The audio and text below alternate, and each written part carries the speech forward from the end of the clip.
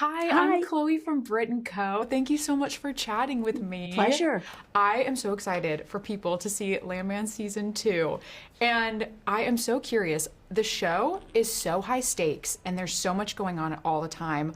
But on set, who would you say is the biggest goofball when y'all are off camera? Oh my gosh. I like, who's the biggest? I mean, it's like, who's not? Sure. I mean, you know, the great thing on this show, and I can't say it's true on every project, is that, you know, when we're in between, we all love hanging out. We love, you know, when we're not working, we all love hanging out. And that is a real joy. And I think it actually translates into the work. Yeah. You know, that we genuinely all like each other, enjoy each other's company. And the biggest goofballs, I mean, we have a real, you know, mixed bag of tricks and a cast of characters. Mm-hmm. And talking about the characters specifically, what was your favorite thing about diving farther into like Cami this season? Because there's so much that I loved seeing you get to do. I mean, you know,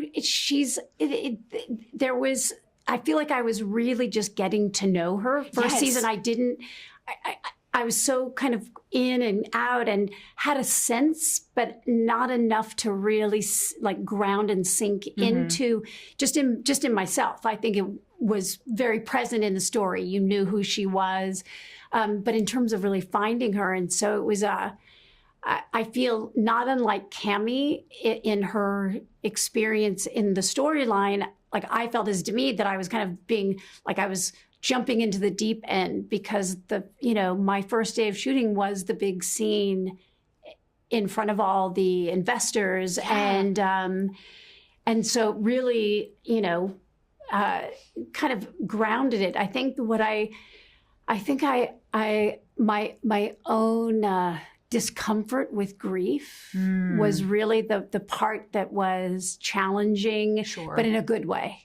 To have to go because I think it's so something that we all relate to, but is something none of us want to have to experience. Yes. Oh, that's really beautiful.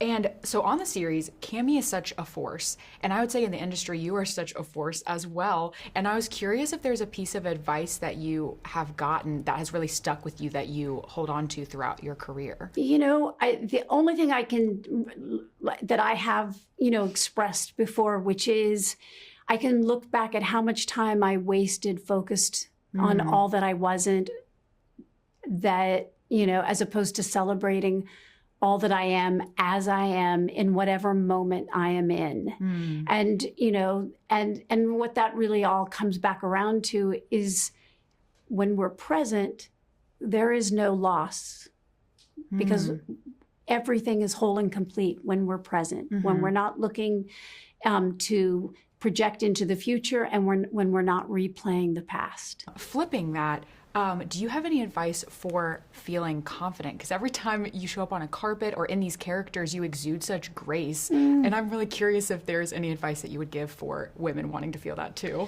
I mean, I think it's just finding a sense of comfort within whatever you're doing. I really, you know, it's finding the joy in it. And it doesn't mean it doesn't mean, I think when we think of the joy that perhaps we think, oh, that means it's void of any challenge or discomfort. It's actually just reframing and holding it. I mean, I really try to also just really be authentic in my expression and not try to be something other than who I am. Yeah.